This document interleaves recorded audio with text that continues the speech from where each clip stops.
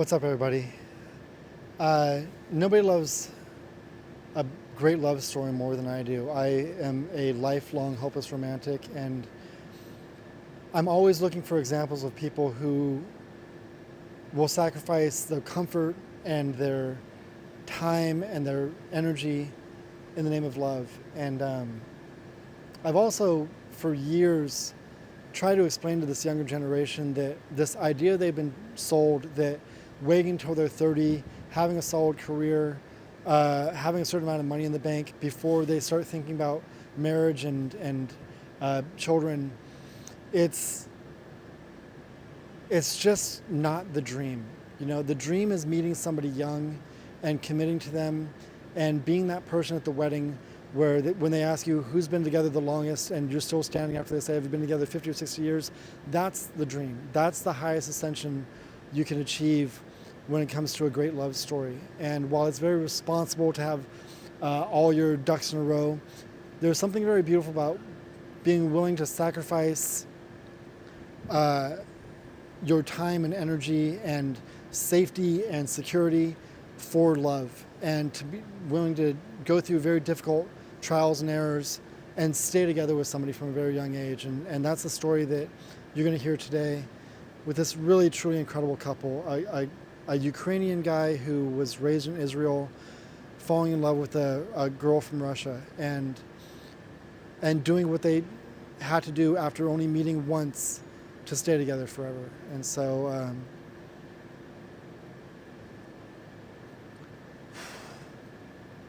I'm really excited for you to hear Alex and Xenia's story. Enjoy. What's up, guys? Very good. Thank you so much for doing this. I really appreciate it. Why don't we start off by telling everybody your names and where you're from? Sure. So I'm Alex. I'm originally from Israel, but I'm Ukrainian as well. My parents are from Ukraine. I'm Jania from Russia. And how old are you guys? I'm 24, just recently. I'm just 23. And you're how old? 23? 23. Oh, so very, very close. Okay, so before we get into how you guys met, I want to talk about your first, let's say, 12 years where you were born and what your life looked like. So from 0 to 12, tell me about your town, your family, what life looked like in general, where you're from. Yeah, that's a good question. So I was born in Nazareth, Israel. It's a pretty historical town. A lot of people there? Yeah, there's a lot of Arabs, a lot of Muslims there, and also a Russian community. What about when you were a kid, though? Yeah, I was born there, Yeah. and I grew up there until like first grade. Uh-huh. And then I moved to Eilat. So Nazareth is like the north of Israel, and I grew up there. First grade, we moved to Eilat, which is the southest point of Israel. Okay.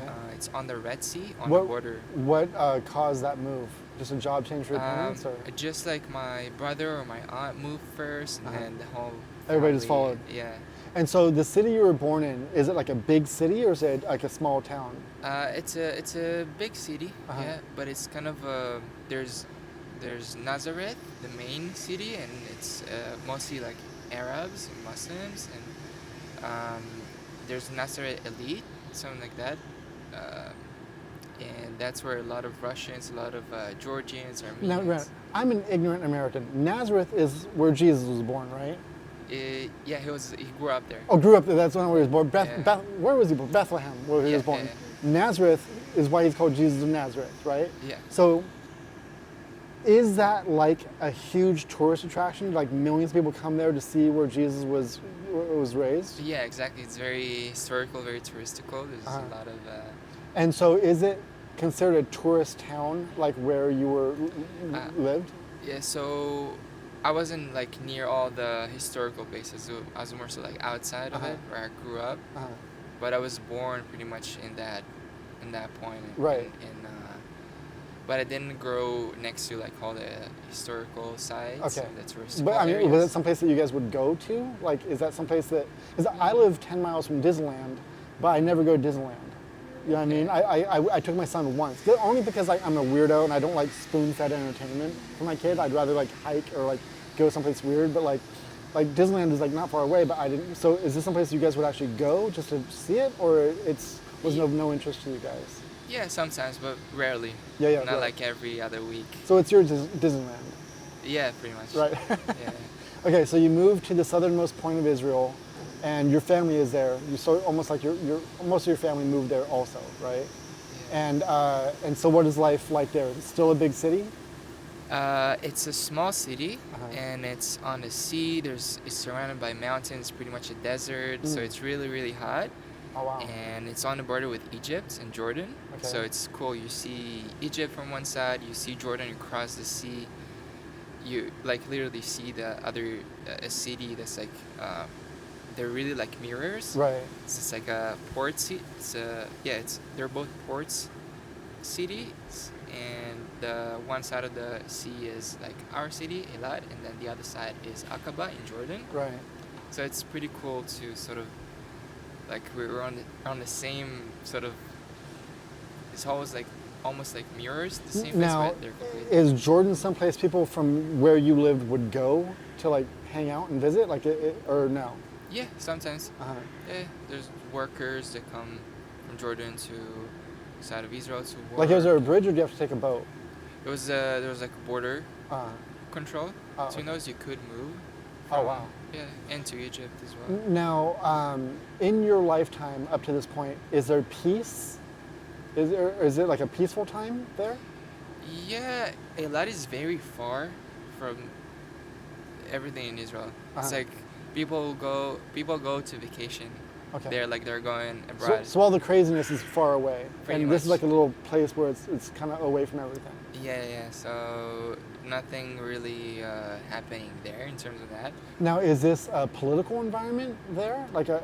Is Israel in general a political environment? Yeah.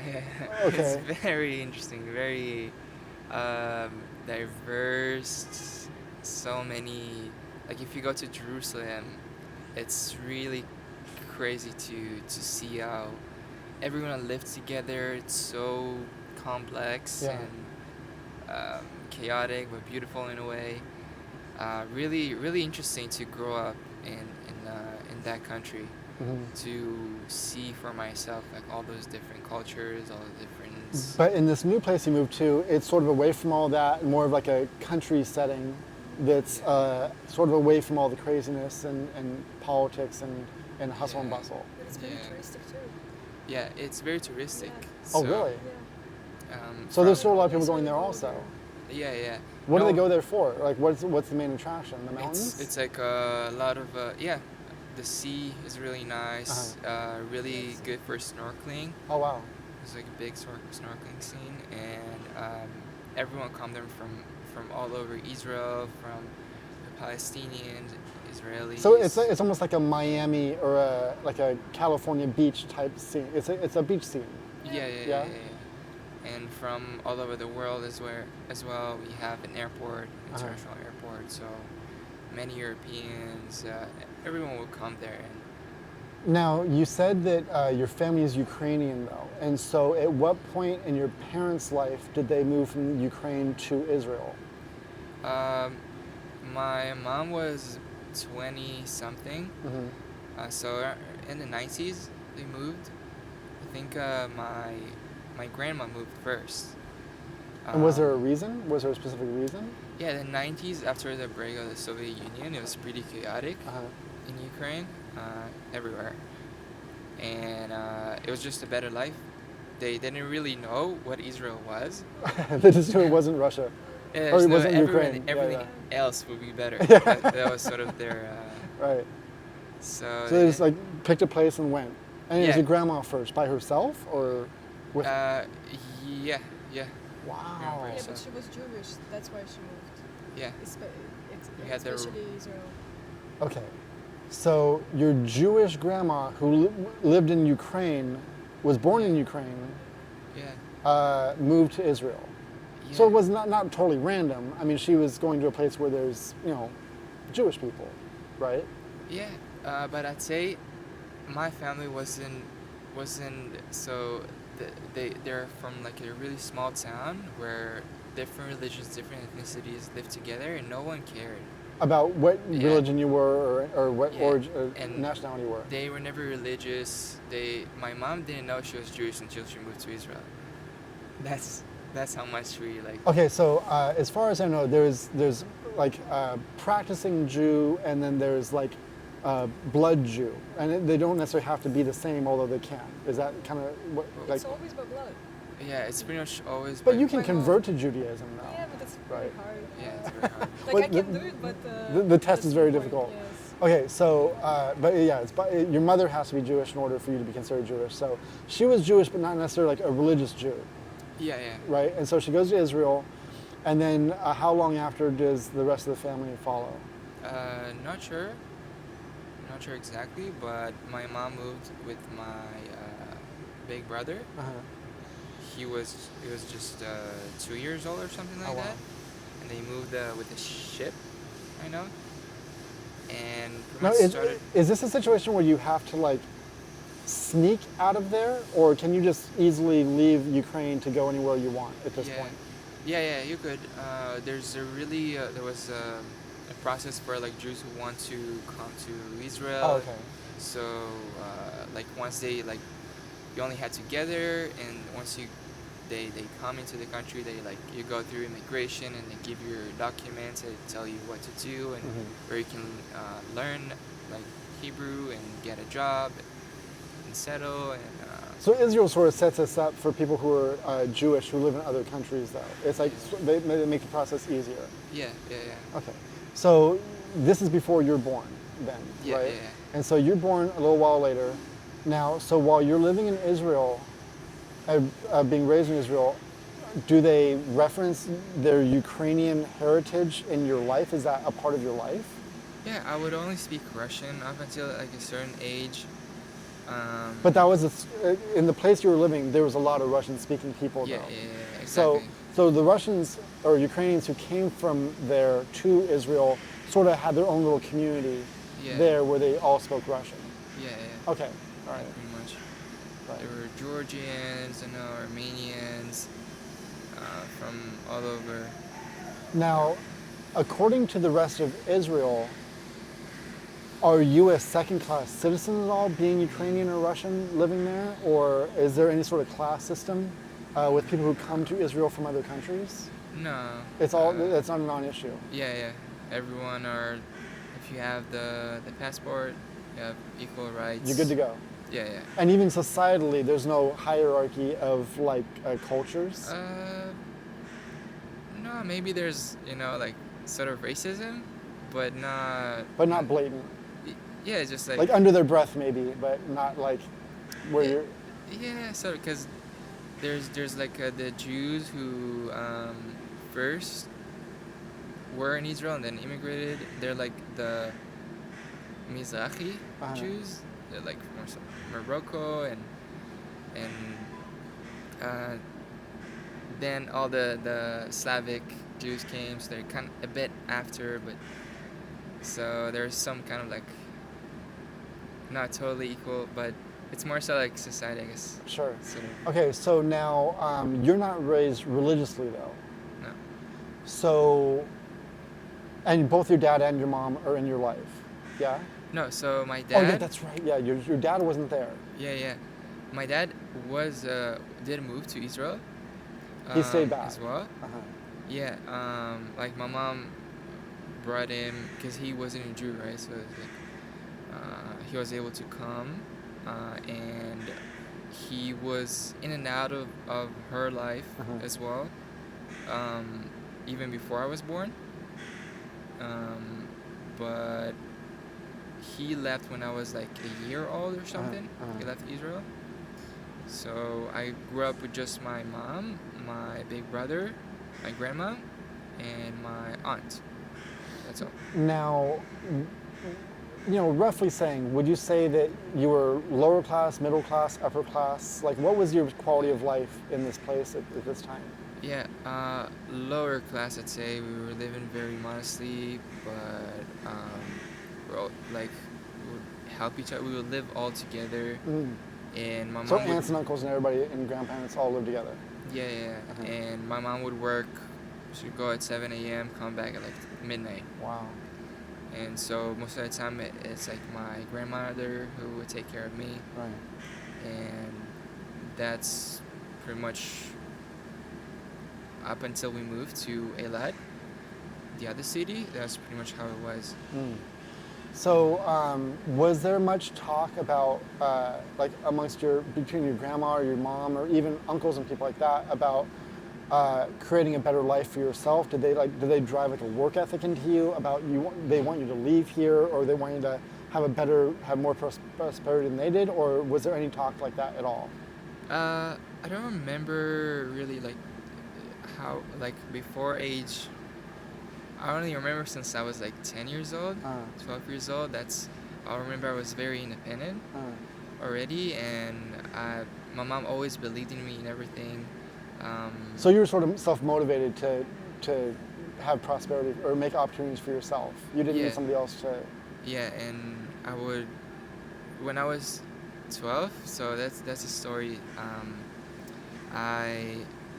Even when we were like 11, I had a friend who used to play and sing the guitar, and he would go into like the main boulevard, or there's a lot of tourists. Oh, and busk people, on the street, and yeah. busk. And we were really like young and cute, and he would make a lot of money. Oh, really?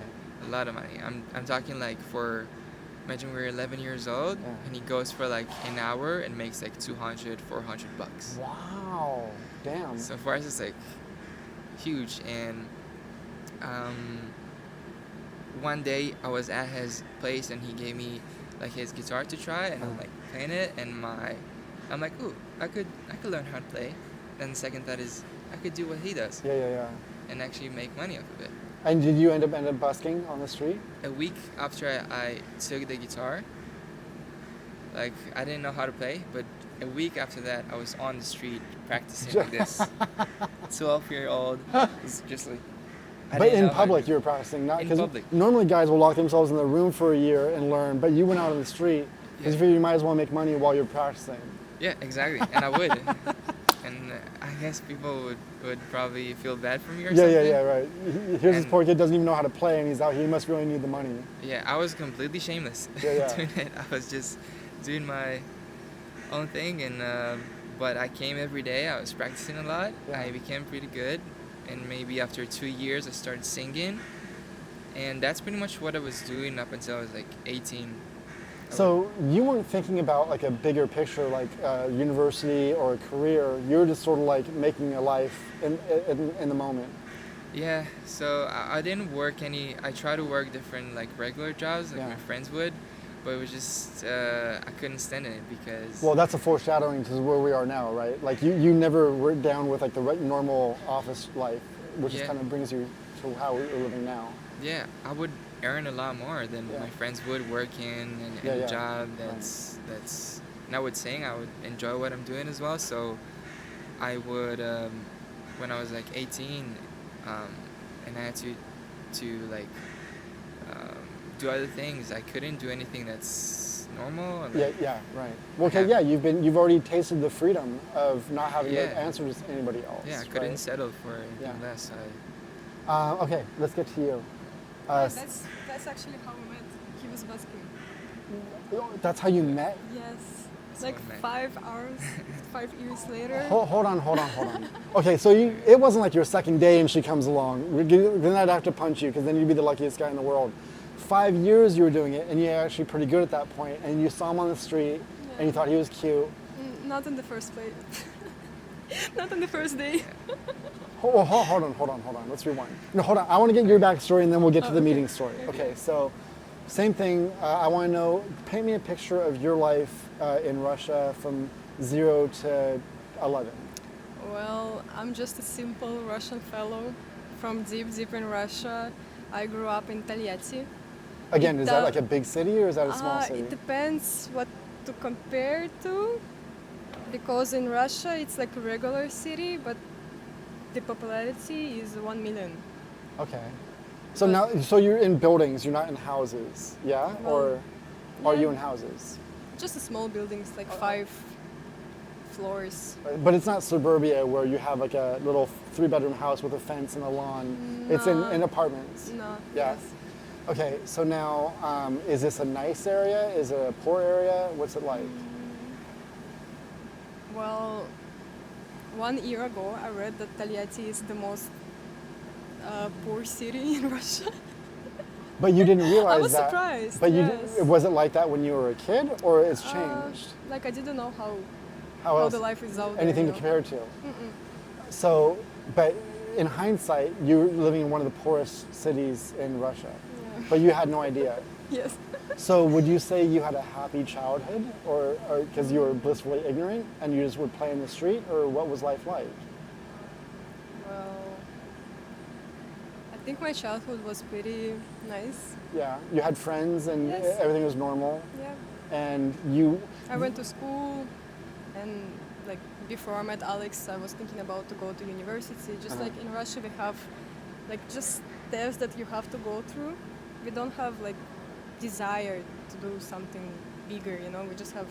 You just follow the rules Yeah, and- you're born, then you go to the kindergarten, then you go to school, then university, then you have to work, and then you have your pension. How do you call it? Like after the Yeah, work, retirement. retirement. Yeah. So you're saying that it's not even a consideration. I have big dreams and I'm going to become a.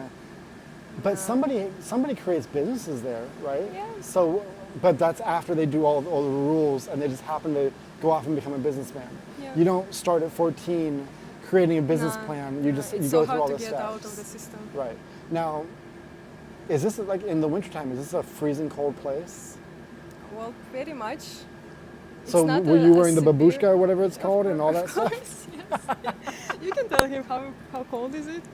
Yeah, it's I cold, showed him it's like freezing river in the winter, and he was so surprised. But for me, like we just passed the river to go to the other side. It's normal for us. One thing you mentioned last night when we were talking is that there's two cultural sort of standards for at least Russian girls: is resting bitch face, like you just have it's almost chic or expected to just not look like you'd be weird if you were looking around smiling and It laughing all means the like time, we right? care. You know? So the idea is to just you don't care about anything. I guess it's just like you're bigger than that. You know, you have like your own things, and I don't know. It's And just, then also being thin is extremely important and fashionable, right? Yes. And so eating after 6 or just not eating at all to stay thin is just the standard. That's the default setting for Russian girls. Yeah. So now, were there fat girls running Of around? course, there is. And so they decided to break the mold and just eat whatever they wanted, or how did that work? Well, on other way, we have like grandmas who would not let go of you if you're not finished your food. Right. So okay, so how's that work? Because I've heard this. So how do you stay skinny when grandma wants you to eat everything in sight? I don't know. So grandma didn't agree with the whole being skinny thing. Yeah. Grandma wanted you to be plump and happy. Yeah. And where did did your mom prioritize you being thin and beautiful? Was that a discussion, yes, or I looking think so, nice when you yes. left the house? Yeah. Your mom really pushed that you should look nice when you leave the house Yeah. and be fit and stuff. Yeah. But grandma disagreed. Of course, yes. That's the that's like that. Like we usually our fridge was empty all the time. But I also come from really poor family, so. But again, you didn't quite know that was even a notable. Yeah. Yeah. So, tell me about like you're 10 years old. What's for dinner? Maybe like chicken soup. So like maybe noodles. rice, something like that. And now, is there? I'm as ignorant as you can be about like how life works other places. Are there like rations, or is that just a wartime thing? Like, it's not like you get food from the government, and just in certain amounts, or you just could only afford that. What we only can afford. Okay. So it's not like the government's giving you a certain amount that has to last a certain amount. No, it was like in the past when Well, my yeah, grandma that was before. Right, yeah. right, okay. So that's not a thing while you're a kid, but not a lot of food, and so you never really had the expectation to like have a lot of food in your life. So Yeah. being thin and hungry was your default setting, anyways. It's not like it was a struggle to be that way. And so you we're all set to follow the Russian program, and all of a sudden you meet cute boy playing guitar on the street. And so you're how old? 15, 16? 16, yes. 16. So you see him, but you don't think he's cute. So do you make the first move? Like you're playing and you stop mid-song and you see her? Or do you say hi? Or how does who made the first move? Well, she was like a tourist there with her mom, Okay, so you're on vacation. and she was there in my city for just like 2 days. And how far apart are your two, where you're from? How far away is this? It's like 5 hours flight. Yeah. Okay, 5-hour flight.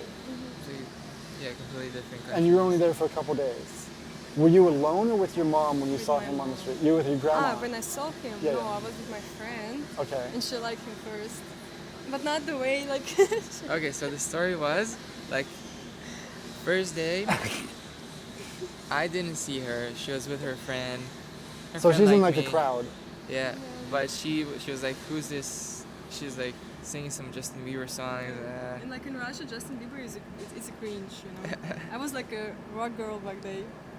Okay, so he was too pop for you. Yeah. Okay, you wanted more like a heavy metal, like rough guy. Kind of. Right, so, and he was too clean and pretty. All right, but the friend thought he was cute. Yeah. But not, okay. Yeah, I didn't see her. And then second day, So you came back to see him.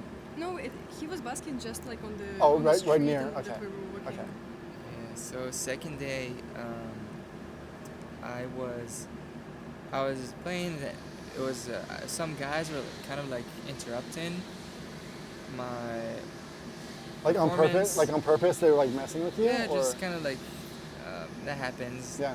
And I had a sign with like my Instagram, and so it dropped, and suddenly this girl comes and picks it up, and like at the moment she picks it up, our eyes lock in.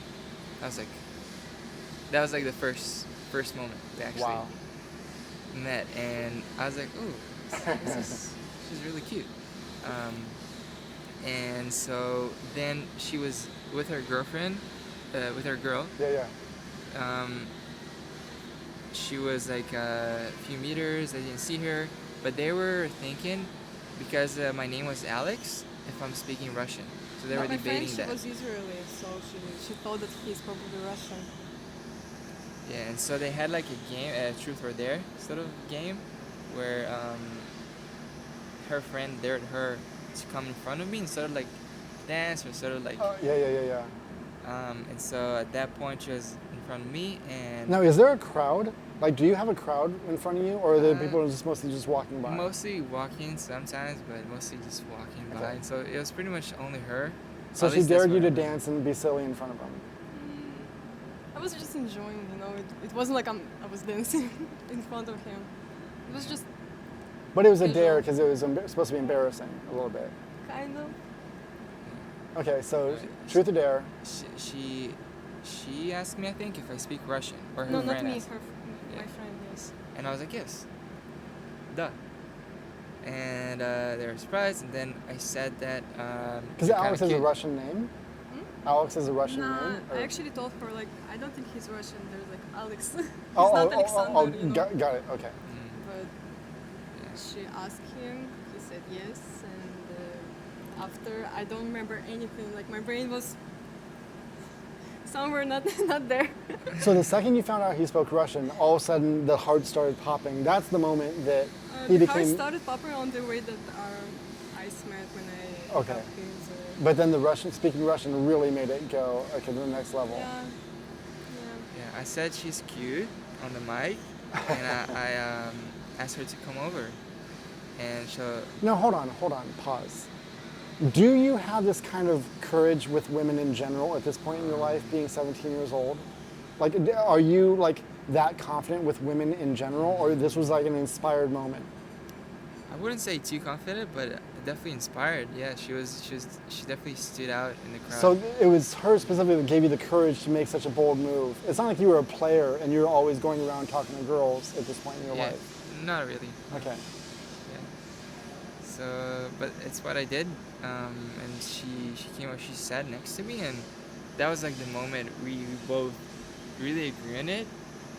Just like we were in the air, Yeah. like it sounds really like cringy or No, like, no, I get it. I've been but there. it was really like first, how do you say it? Love at first sight. Love at first sight. Yeah. And she like gave me her Instagram, and then And so you were leaving the next day, though, Yeah. right? Ugh. yes. So you give him your Instagram. How long until he sends you his first DM? 15 minutes. But my friend, she asked him to go to our apartment to talk. And you went? To her hotel. And With your family there, though? No, we were staying with my friend in her room, and my mom was in the other room. Okay. And she was like, let's invite him. No, I no, was hold like, on. no. Would why?" you have been in trouble had your mom found out that you'd brought a boy home? I didn't think about it. I was still in love. Okay, but would you have been in trouble? Yes. Right. If she, I was. Right. She walks in, here's this guitar guy. Yeah. He would have been dead meat, right? Okay, but you risk it all for love. So Yeah. you actually came. yeah, and it was basically we were on the balcony. Talking all night. Did you It- play it wa- guitar and sing for them though while you were there too? Uh, Okay, that's cheating, but it's acceptable cheating. It's like the secret hack, but I support it. Okay, so all night you talk all night, and then she has to leave that day, right? yeah. And so that night you say we're gonna find a way to be together, or we're still gonna know each other, or like now did you make a commitment to each other that night? Well, in the middle of the night, I asked him, like, what are we gonna do? And he was like, we'll see. Maybe, like, we will meet in 5 years. Like, you're too far away. Because in Israel, like, if you're from south and the girl is from north, it's a long distance Yeah, relationship. sure. But Israel is so small, it's like you can drive there in 4 hours, Yeah, you yeah, know? right. And it's considered a long distance relationship, so like 5 hour countries, flight. Yeah, yeah, it was right, like right. impossible for his brain. Okay, so hold on. I'm going to pause again real quick. Prior to this moment, had either of you felt like you had been in love before? Or is this the first time you ever felt like you were in love? Like, had you had a boyfriend before? Yeah, just one. Like a real boyfriend, or like 2 weeks or 2 months that when you sort of It held was hands and it was awkward? in a year, but it was like just like, you know, school sweethearts. Right, just right. like something So like nothing that. heavy, but Nah. you had dipped your toe in the relationship world, but not really got your heart broken or anything yet. How about you? Had you been in a relationship at this point? Yeah, but nothing serious. Nothing serious. Okay, so this is the first time the heart really pops. Yeah. And you both felt it at the same time. All right, so he says, well, maybe we'll see each other in 5 years. But you talk endlessly, I'm assuming, from that point on, right? That was my initial sort of like, it wasn't even it was sort of like just a reaction, Yeah. like what we usually say, but Yeah. my heart was saying something I want to else. see you, yeah, for Oh, sure. But I And didn't know on that point Yeah, yeah. that he thought. Okay, like that. so you're 17, so at what point are you on your own in your life? Like, do you, in Israel, do you move out when you're 18? Is that a thing that you do there, or? it was expected for me. Like usually no. Usually you would go to the army. I didn't go. Oh, that's right. Yeah. So you didn't go? That's an Didn't go. option? Not really, but there's ways to not go. So you figured out the system to not go. Why Yeah, didn't you? I was always out of Because the system. you're the lover, School. not the fighter. But you were morally against being in the military, or you just didn't want to do that? At the time, I was doing music a lot. I thought I'd go pursue music instead. You know, Elvis Didn't wanna went to do the it. military, and he just got to play guitar. You know, but that wasn't part of your plan. You just decided you don't want to do that. Yeah. Now, is that something is there any shame about that? Because everybody, men and women in Israel, go in the military. Are you considered a coward, or are you considered not patriotic by doing that? Yeah, not patriotic. A lot, like most, are very patriotic about it. Right. I never had that sort of patriotic. Like I would do something myself, risk my life for some thing I don't understand. Why do you think that? Now, is there a lot of talk in Israel about the pride of going and serving your country? Is that like a thing that's in the air and that it's in school and stuff like that? Why do you think that programming didn't work with you? Do you think it was partly because you were able to make a living or make money with outside of the system by busking, and so that sort of broke the mold for you? Like you figured out there's another way to make a life, and so Yeah. maybe that deprogrammed you a little bit from all that. Yeah, I was definitely like aware that there's multiple ways to. I was just never in the system. I Yeah. never had a boss. I could not stand being in that Now, system. was your family upset that you didn't want to go in the military? No. In our family. So they weren't programmed either. Yeah, they didn't. Especially, well, yeah, my mom wouldn't want me to go to the army as well, because like, she wouldn't want to risk me as well. But everybody does it though, for the most part, right? Yeah. I mean, what percentage of people do what you did and find a way not to go? Very small percentage, right? Yeah. But now in society, when somebody finds out that you didn't go, or do they think less of you? Maybe. Yeah, maybe. Like, Do you suffer socially because of this? no, really, I left really young. Okay, so you left. Yeah. So where'd you go? Well, so the story is after we met and she left, we were pretty much in a relationship. There was no dating. There You're was committed. no, Right. would you want to be my girlfriend? It was just like, You're that's it. together, and that's how it's gonna be, right? It's pretty instant.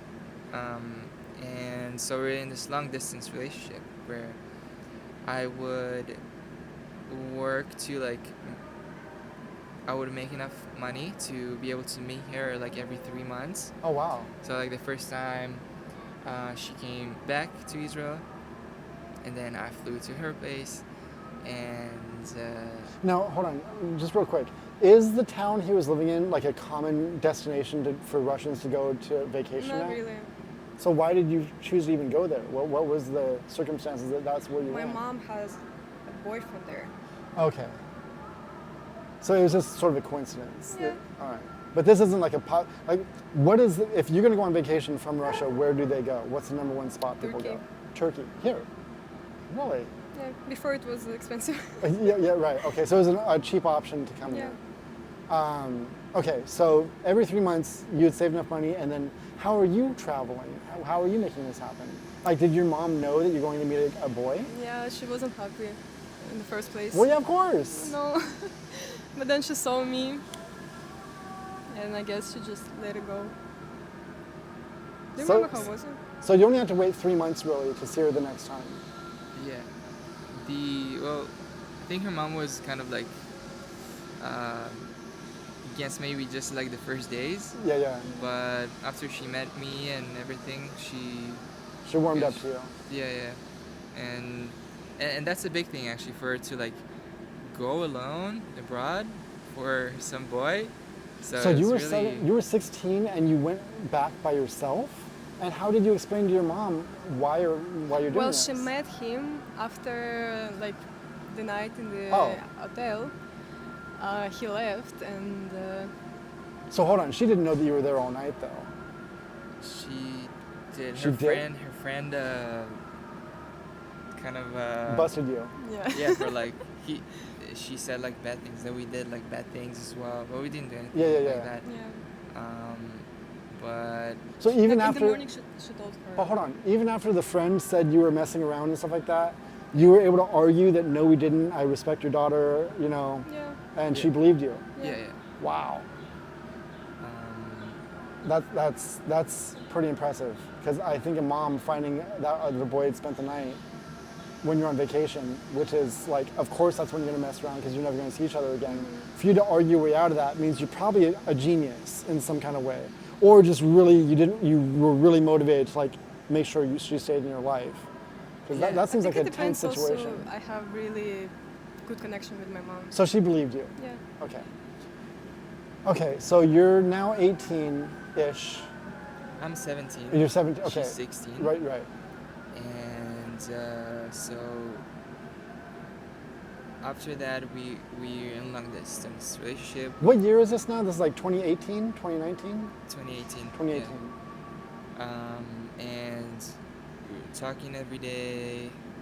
Um, and it was somehow, for some people, it's like really hard long distance relationship. Yeah, But yeah. we were just really in love. I don't know what it is exactly, but Right. we did it for 2 years. Wow. But you still saw each other every few months, Yeah, sort yeah. of, Yeah. right? COVID time, we didn't meet for 8 months. And yes, it was very hard. Yeah. But we actually grew. Yeah, of course. In that well, time. But see, this is the thing about old school courting, rather than going and having sex right away. You actually get to know each other when there's no expectation of doing anything physical, and it slows. That I was just talking about this the other night with somebody. Is how quickly the dating routine has changed. It's changed too fast. This is the way it used to be. Like people used to court for maybe not 8 months before you got to like really do anything, but like you. It was just a naturally slower process where you didn't jump right into bed, or or a long time ago you just got married after 2 months because that's the only way you could be together. But either way, it was a more serious getting to know each other process, and so you did it like old school way, but you were sort of forced to because of the circumstances. Yeah, I was forced to. Right. 3 months. Okay, so cut to when does the first big move happen? So it's COVID time. It's 2019, 2020. Yeah, so during that time, COVID time, there's no way we can meet each other. Right. It's like, and I finished school, she finished school. Uh-huh. It's like, what are we doing? So it was just going somewhere abroad where we can be together. And I knew I needed to make money somehow in order to do that. Are you still playing music at this point in your life? Yeah, I Okay. was doing that to earn money, but I was learning about online business Yeah. and different things. And so I started, after maybe a year trying different things, I started actually making money online. As I started doing that, we met Way more right often. away. Yeah. Right. So we met in Macedonia. Uh-huh. It was in Eastern Europe, the Balkans, one of the only places where you can go to during COVID, Oh, and for both of our passports. perfect. It was really hard to actually find a place like that. Yeah, but sure. Maybe the only option. Yeah. This and then Albania, and we spent there 6 months. What? Yeah. Now, how are you affording to do this? Or is he supporting both of you? He's Okay, so hold on. Yeah. So at this point, do you have a job or anything like that you left Well, behind, or what are you doing with your not life? really. I just finished school Uh-huh. in May, and I waited the whole summer, and in September we met. So before Alex, I had a plan to go to university to Uh-huh. study there. Uh-huh. But then after, I don't know, maybe it's just Alex's mindset worked on me, and I just thought but- maybe I don't have to go. Hold on, isn't 2018 though like the year that things kind of got screwed up with Russia though? When did It was after. It it was after? What year was the whole Ukraine situation? 2021? Oh, it was okay. So it was a while later. Yeah.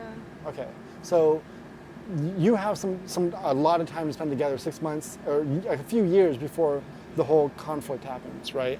So you spend 6 months together in Macedonia, and then you go back to separate again, or what?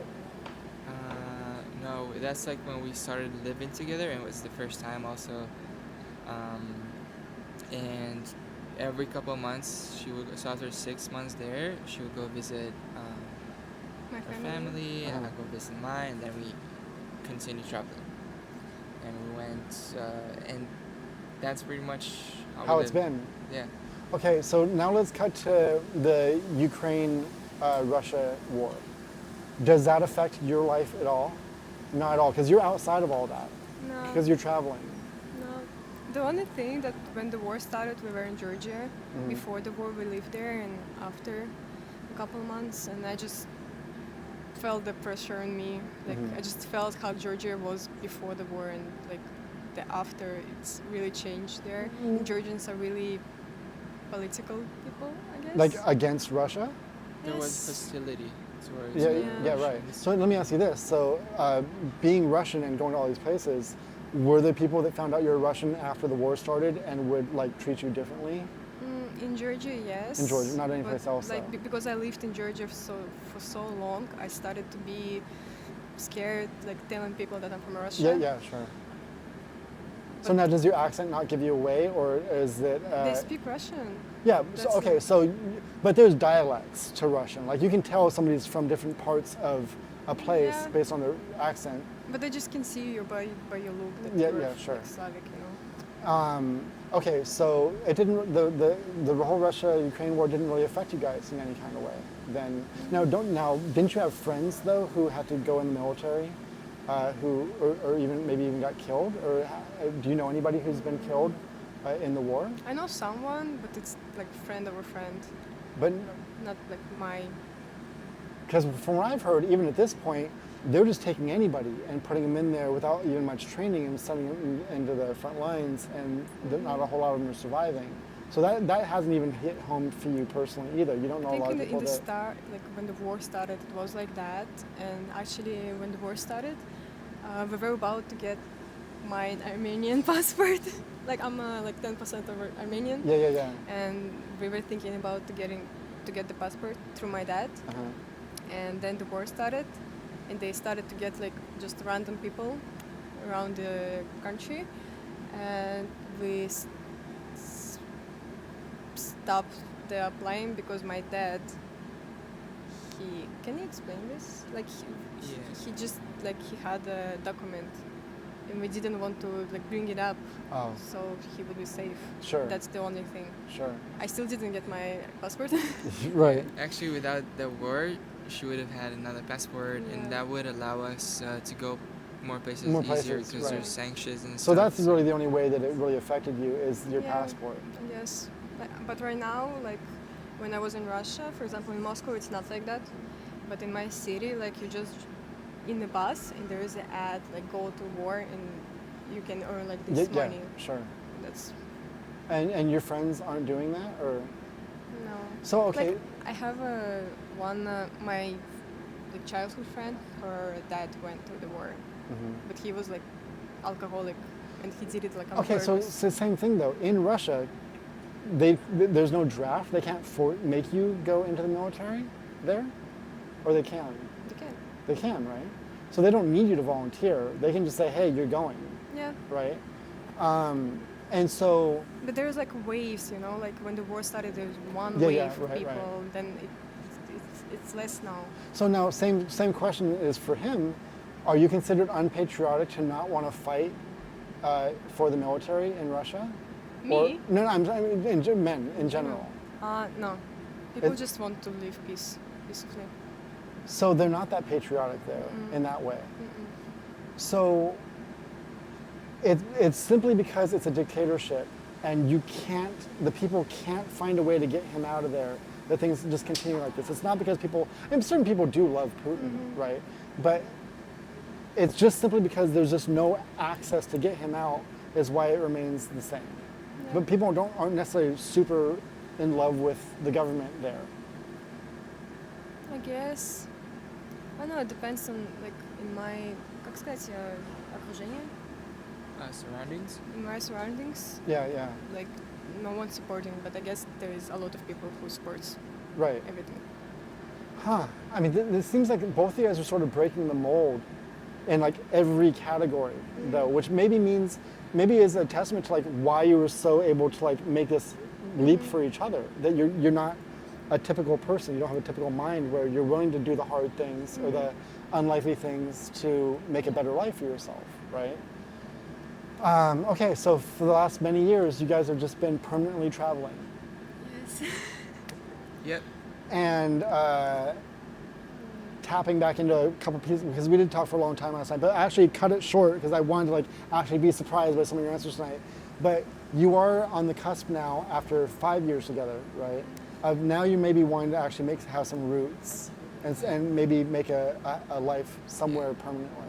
7 years together, 5 years traveling. Yeah, yeah, right. And so where are we thinking about settling down initially, do you think? Yeah, so all throughout our traveling, we visit places for we're like slow traveling, right? A month, 2 months at each place usually, and we look for things that we like and how we would really want to create our lifestyle and everything. So we take from each place like what we like, what Yeah, we yeah. don't like, and wherever we go, we actually try to look for places we would want to live in. Sure. So it's been really like a journey of trying to craft and understand ourselves, what we like and how we want to live. So far, we have a few options, and we understand we probably won't have like one base. It's gonna be like the only place Yeah, we're gonna live. right. It's gonna it's gonna have to be like a couple bases. Yeah, sure. Um, one of them, a place we really like, is Brazil. Uh-huh. And also strategically thinking about like where can we have a residency, have a path to citizenship, stuff like that would help us have more like opportunities and freedom. So there's like places like Brazil, where we actually plan on starting a family there because we love the place, and it will also allow us to have a path to citizenship there. Right. So we- Brazil is the number one on the list for right now, you think? Yeah. You know, something just struck me. You were saying that Turkey is the number one destination, or has been, because it's so inexpensive and close to Russia. But wouldn't it be kind of the exact opposite for somebody from Israel? Because from the spray painting I'm seeing on the walls here and the graffiti, they're not big fans of Israel here, right? So is that something that you kind of just don't mention to people, that you're from Israel? Like, you'd rather say you're from Ukraine if you're here in a conversation? Yeah. Is that something you actively have to like not mention to somebody here? Yeah, here I'd say so. Yeah, I try to avoid just like seeing it, Right. because not because I'm afraid, but there's just you don't know what to expect. There definitely are extremists everywhere, but I know here maybe a bit more. I mean, you've seen the spray painting and stuff. You know, Yeah. it's all about. I haven't seen one thing that says like pro-Israel. It's always Gaza, Gaza, Gaza here. Yeah, You know? I really believe like most people, I really love Turkish people. I think they're really, really nice. I don't think anything will happen to me or there'll be any kind of unless So I. it would be like an extreme. It'd be the exception of the rule that somebody here would actually have an issue with you being from Israel. But just to be safe, you just don't mention it a lot. Yeah, I know. I mean, I like to believe people like don't. They see you as a person first, Yeah. and not where you're from is an indicator to who you are as a person. So like unless I go and say things pro-Israel and stuff like that in the street, I'm sure it's not a problem. Well, this is something I've been arguing for years, like especially since like 2015, when everybody just fractured into all these different groups, especially in the United States. It fractured into 100 different groups now, where if you disagree with one thing in your one particular group, you know, it fractures again. And I've always argued that minus maybe 2 or 3 subjects, everybody's the same, you know? And even regarding those 3 subjects, none of us are making laws. None of us are governors or senators or presidents. We don't actually make really a difference anyway. So what is this this insistence to like create fights amongst people just because you have a different idea about how things? But you found that most people just want to get along, right? And it's on the extreme ends that people have major issues or want to argue about things, right? Yeah, exactly. I never saw people different because of their religion or wherever they're from. Does it make you feel any sort of way here to see how anti-Israel this place is, though? Or is it just the graffiti? You don't really hear it in the street as much as just seeing it on the walls. Does that affect you in any kind of way? Or do you have any particular love for Israel in that way, where it would hurt your feelings or offend you if somebody were to say something negative about Israel? Yeah, so I can see both sides. I understand both sides really well. Like, obviously I grew up in Israel, so I have that sense of like, this is my place, and But you don't have necessarily the blind allegiance to it like some people do. yeah, I wouldn't. I really understand like why people would be Upset against about, certain yeah. things, and um, I can see where they're coming from. Sure. I don't think people are, for whatever opinion they have or whatever they believe in, even if it's wrong, even if it's right, that it's from a bad intention. Do you think that that's the majority of people in Israel are like you, that they can see both sides? Or do you think it's most people are like Israel first no matter what they do? Do you think more people are like you or less like you? Uh, Definitely not a lot of people think that way. Yeah, right. They have they they yeah, they wouldn't be able to always see the other Right. side. Right. Um, Also, not from bad intention. Well, Um, sure. but it's just I don't know. People, I guess it's there's a book called A New Earth by Eckhart Tolle. It Hmm. talks about collective ego, um, which is like how, as a group, as a country, or as a people, you have a certain beliefs, and certain ideas that you all create, that you attach your identity to it in a collective way, and then it's like if you say anything that can disrupt any of those ideas, it can it goes against your identity. So you Hmm. feel like someone's attacking you Right, personally. right. Well, that's exactly it. There's a saying that's been going around this, so that your ideas aren't who you are. You're not your ideas. Yeah. But people can't separate from their ideas. I think mostly because people just want to be on a team. They want to have the safety of a group. And if you start having your own ideas, then the group won't support you. But you're exactly right. People think that they are their ideas, and it's just not true. And one of the biggest signs of intelligence is that you can change your mind. If you find out that you're wrong about something, you can say, wow, I guess I was wrong. But in a cult, all this stuff is very much like a cult, where you can't have one separate idea or else the whole system falls apart, right?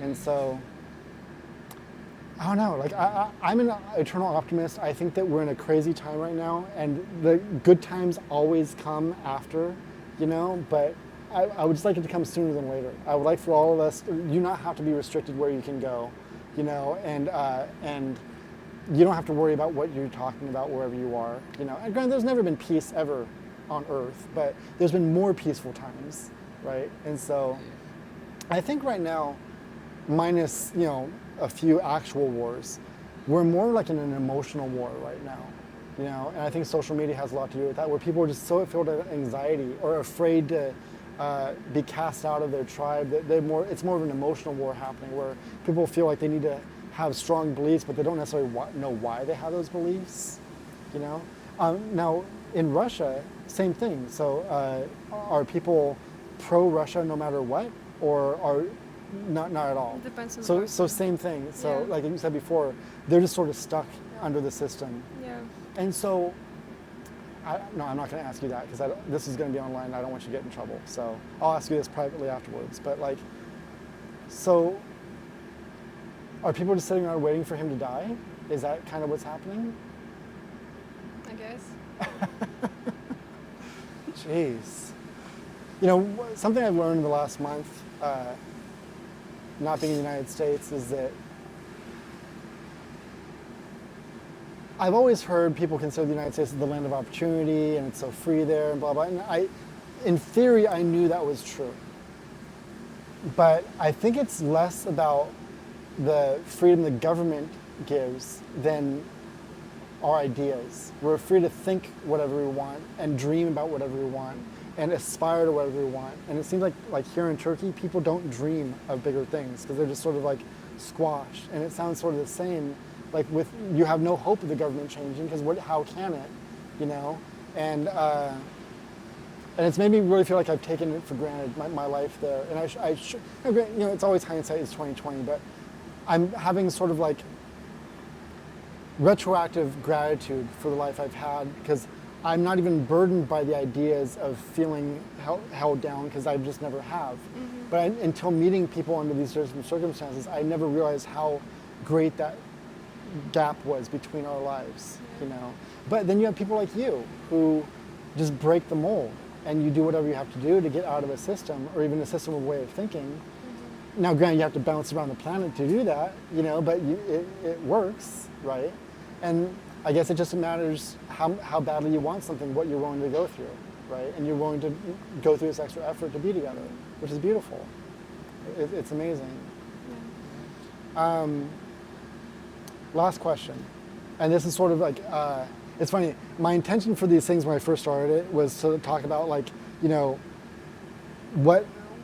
what sort of dreams and hopes did you have towards like becoming successful? But I love people. I want to know your actual stories, but I want to end with, in your town that you grew up in, paint a picture of the most successful person.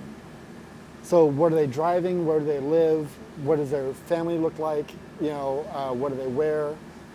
Picture the most successful person, everybody who they know is the most successful person in your town. Paint the picture of that person. What do they look like? For their sort of what they see success is. So yeah, so what is it? I think Like- the person is not there, not in the city. So there's Different nobody space. like that there. No, like success was someone that it will be success for them. So there's no universal idea of success. Everybody has just their own idea of success. So there is actually no general picture of somebody driving a certain type of car or living in a certain neighborhood. Oh yeah, no. That- So there is. I just But not everybody agrees that is that's it what success is. what I think success is Right. for them, or what they would think success Well, is? I mean, in general, like if 51% of people would call this person successful, Okay. what does that look like? Yeah. So usually someone successful is someone who is outside of the city. Okay. Usually goes to like the center, Tel Aviv, and has nice work. And so what is that person doing for a living? Like, is a doctor the highest you can go? Is a lawyer the highest you can go? Government the highest? What is the highest you can go? Maybe a certain figure, like probably like an actor or something like that. So like LA, like being famous is the highest you can go. yeah. So people actually I'd say so. want to be famous there. That's a thing. Like where if you're good looking, you're talented, fame is the first option that you want above anything else. That's actually how it works I'd there. say so. Similar to LA, sort of like Western. Is there a big movie or like TV scene there? Like yeah. really? Yeah. Big Brother show and all those. So that's infected the whole world then. This lame I want to be a reality star thing. Well, especially Israel is very Westernized. Yeah, right. It's very right. aspires to be the U.S. in So many being ways. famous would be to a 17-year-old would be the highest ascension of success. Well, yeah, you like famous on TikTok, and that's what kids aspire to, pretty much. Okay, so same question for you. You're 17 years old. You look around your town. Who is killing it? Who is just the most successful person? Where do they live? What do they drive? What do they wear? I guess someone from the government. So the government is the highest you ascend Yeah, to like there. policemen, doctors, something like that. So a policeman is a highly regarded job there. And it actually pays well too? Yeah. Or really? But, I mean, in Russian standards, yes. So do you think it's because it's the most secure job, that's why it's like what people strive to achieve because it has the most security? Or because it has the most honor? Or because it pays The honor. Right, Yes. right. But for me, right now, the most successful people from my city, they just leave. No one stays there. It's all grandmas. So that's You the know. goal, is to leave. Yeah. Wow. Like when I was a little, about Brazil, my dream was to go to Brazil. Right. But I discovered the dream just a few years ago. But I had it in my heart from childhood. But I didn't even understand that I can dream about. Sure. I just thought, okay, Brazil, it's nice, but you're under something that you don't have the ability to dream. So now is that something, do you think the government or somebody pumps that idea into, does that happen in school? It's just the system. It's just the system tells you don't dream of leaving, but then consequently the most successful person is the person who left. So clearly it didn't work. It actually created the opposite, where the highest level of ascension is leaving when that's the last thing the government wants you to do. Yeah, but I think if I wouldn't met Alex, I would be still in the You'd still- system. Yes, right. it's so hard to get out. I think every system is the ones that like try to enforce things and build that certain construct for you. It's most places in the world probably, but every of those systems they have a way to exit. Right. Because if they wouldn't have a way for people to be hopeful about Right. breaking You have to out give of them the at least a system, little bit of hope. they to- would lose hope. So you Exactly have to right. leave that hope. Exactly right. Well, what I was going to tell you, and I always, the only thing I really care about is parenting and good parents and babies and stuff. And you'll learn this. The same thing is if you're just an authoritarian with your kid, they will do the exact opposite. You have to give them room. And here's the hack, and I tell everybody I know this, especially when they're having a baby. You have to master the art oh my God, the word just went right out of my head. You have to master the art of reverse psychology, because when a kid gets to be about 3 or 4 years old, they realize they're not in control. And well, that's not fair. Like any human, they want to have some control over their life. So you have to convince them that they're winning, even though you're winning. And so you have to really become a great actor by saying, oh, please don't eat those vegetables. Please don't go to bed right now. I want you to stay up. And they go, and they want to do the opposite, People, no matter how old they are, act just like children. If you tell them to do something because I said so, they're going to obviously want to do the opposite. But governments seem to never learn this. It's so obvious to me that if you force somebody to behave a certain way, they're going to want the exact opposite. And I don't understand why it's so difficult to right the ship regarding this. Or maybe it's just too many things to undo because it's been this way for so long. I don't know. But to me, it's just an obvious human trait that you have to give somebody, make them feel like they're winning. Maybe it numbs with age, the feeling. Oh, yeah, that's true. I don't know. But that's the most important bit of knowledge I can give you now. You have to let your baby believe like they're totally winning, and you have to really sell it. No, please don't do that. When that's really what you want. That's the only way you'll have peace in your life, because otherwise you're going to have that kid like me who will sit there till 10 o'clock at night and not eating their food because you told them you're not leaving until you eat that food. You have to beg them not to eat the food to get them to eat the food. That's the hack, reverse psychology. I definitely didn't forget the word reverse psychology. There was no cut in this video. Thank you for the tip. Anyway, I really believe in you guys. Your story is so beautiful and so inspiring, and I can only dream that more people would find courage that you guys have had to make your secret childhood dream actually come true. You will be in Brazil with the love of your life, you know what I mean? And it's something that, whether you believe in manifestation or not, you had it in your heart from a young age, and you took the very unlikely path to get what you wanted. And I've always told my son, everything great in this world is reserved for the brave, because everything great is right on the other side of something either terrifying or difficult.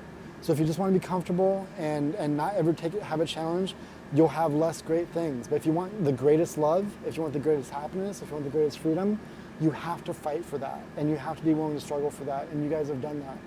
And I'm going to manifest it. I get to get a text with your baby bump, or your wedding day or something like that. I really, really want to see that, because I really, really admire both of you guys a lot. So thank you so much for having this conversation with me.